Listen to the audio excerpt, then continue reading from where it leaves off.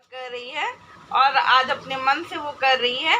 हाँ, हल्का फुल्का मिस्टेक हो जा रहा है पर हाँ ठीक ठाक कर ले रही है। और आप लोग मेरे ब्लॉग में बने रहिएगा।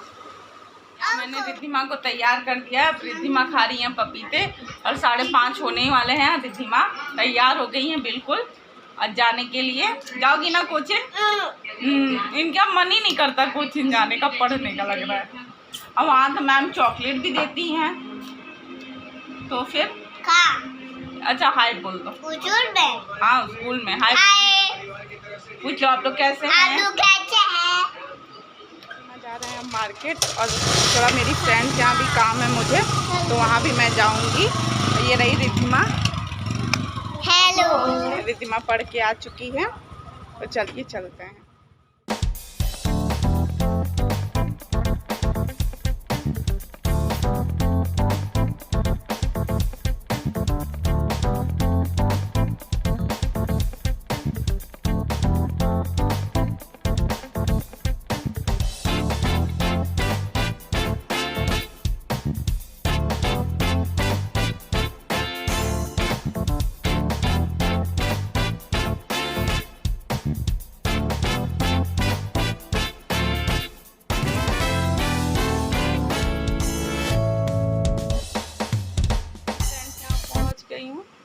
मैं फ्रेंड के यहाँ पहुँच गई हूँ और कल ही मुझे पता चला रात में कि वो एक्सपायर हो गई है। तो मैंने सोचा कि मैं यहाँ हूँ लखनऊ में तो उसकी मम्मी से मैं मिल लेती हूँ। बहुत बुरा हुआ, ऐसा सोच नहीं सकते थे। हमारा 1.5 साल से हम दोनों ने बात नहीं की थी, बट हाँ कभी मैसेज तो हो ही जाता था 1-2 बार। वो भी शादीशुदा हो गई थी तो बिजी हो गई थी। शादी के बाद सब बिजी हो जाते हैं, पर पता नहीं अब क्या हुआ था। अब आंटी से बात करके पता चलेगा।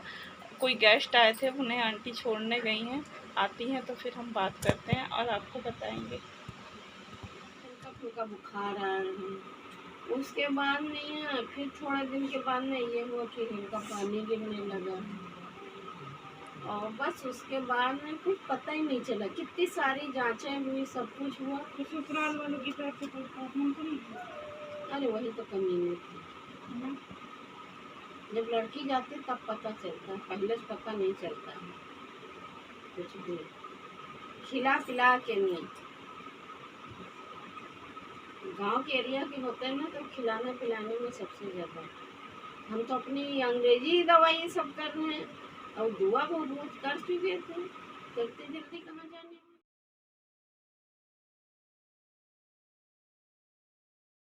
मैं अपनी फ्रेंड के यहाँ से कभी आ गई थी उसके यहाँ से और उसकी मम्मी बहुत रो रही थी। वो एक्सपायर हो गई है। उसका नाम प्रिया था और वो बहुत अच्छी लड़की थी। हम लोग ऐसे नॉर्मली फ्रेंड थे, कभी कभार हाय हेलो हो गया तो हो गया। उसकी शादी को 1.5 साल हो गया था और वो अपने ससुराल वालों की वजह से बहुत ज़्यादा परेशान थी, बहुत ज़्यादा परेशान। कहते हैं ना कि अगर ससुराल वाले चाहे जैसे हों, पति को अच्छा होना चाहिए। अगर पति अच्छा है तो सब कुछ अच्छा है, पर पति ही नहीं अच्छा था उसका, इसी वजह से ऐसा हुआ उसके साथ। उसको ब्रेन ट्यूमर भी हो गया था और रीढ़ की हड्डी से पानी भी आने लगा था। और आंटी बता रही थी कि उसको कुछ ऊपरी चीज़ें करा धरा के लोगों ने खिला पिला दिया था, इस वजह से उसको और दिक्कत होने लगी थी। तो क्या कह सकते हैं अब यार, किसी के साथ ऐसा नहीं करना चाहिए हमें। अगर हम किसी की लड़की के साथ गलत करते हैं तो हमारी भी बेटी के साथ ऐसा हो सकता है। हर इंसान को ये सोच कर रखना चाहिए। पता नहीं कैसे लोग होते हैं कि दूसरे की लड़कियों के साथ इतना गलत करते हैं। क्यों खुद की बेटियां नहीं होती हैं क्या? खुद की बेटियों के बारे में कोई नहीं सोचता कि उनके बच्चों के साथ भी कोई गलत कर सकता है। तो चलिए क्या कर सकते हैं। अब मुझे गुस्सा तो बहुत आ रहा था, पर आंटी भी बहुत रो रही थी, मुझे भी बहुत रोना आ रहा था और गुस्सा भी साथ ही साथ आ रहा था। वो कंप्लेन भी नहीं कर सकती क्योंकि आंटी का कहना है कि कंप्लेन करेंगे तो उसमें पैसा लगेगा। तो थोड़ा बिग फैमिली थी उसकी, इस वजह से कुछ कर नहीं सकती थी। और करने से फ़ायदा भी क्या कि वापस थोड़े ना आ जाएगी वो उससे। और देखिए यहाँ रिद्धिमा सो रही है। रिद्धिमा भी गई थी तो वो इसको बहुत मानती थी, कई बार उसके घर जा चुकी थी। वो बच्चों को बहुत मानती थी, बहुत। और इसको खिलाती भी थी। जब छोटी थी 1.5 साल की थी तब उसके घर गई थी ये, उसकी शादी से पहले गई थी। तो बहुत मानती थी इसको, ये भी बहुत मानती थी उसको, ये वो भी इसको बहुत मानती थी। पर अब क्या कर सकते हैं।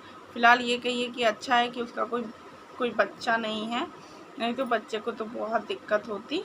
तो चलिए, अगर आपको ये ब्लॉग अच्छा लगा हो तो प्लीज़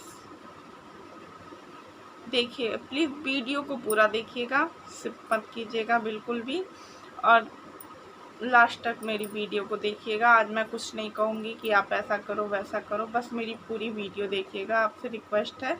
और प्लीज़ जो भी मेरा वीडियो देखे, मैं उससे एक ही रिक्वेस्ट करना चाहती हूँ, यार किसी के लड़की के साथ भी ऐसा व्यवहार मत करो आप। क्या पता कि कल को आपकी बेटी के ऊपर भी ऐसा कुछ हो। इसलिए सोच के ही रखना, सोच के ही दूसरों के बच्चों के साथ गलत करना चाहिए कि ऐसा ना हो कि हमारे बच्चे के साथ ऐसा हो। और करना ही क्यों है किसी के बच्चे के साथ गलत, हमें करना ही क्यों है। मैं तो ये कहती हूँ कि आप भी खुश रहो, दूसरे के बच्चों को भी खुश रखो। तो चलिए ठीक है, फिर अपना ध्यान रखिएगा, मिलते हैं नेक्स्ट ब्लॉग में। Good night, bye.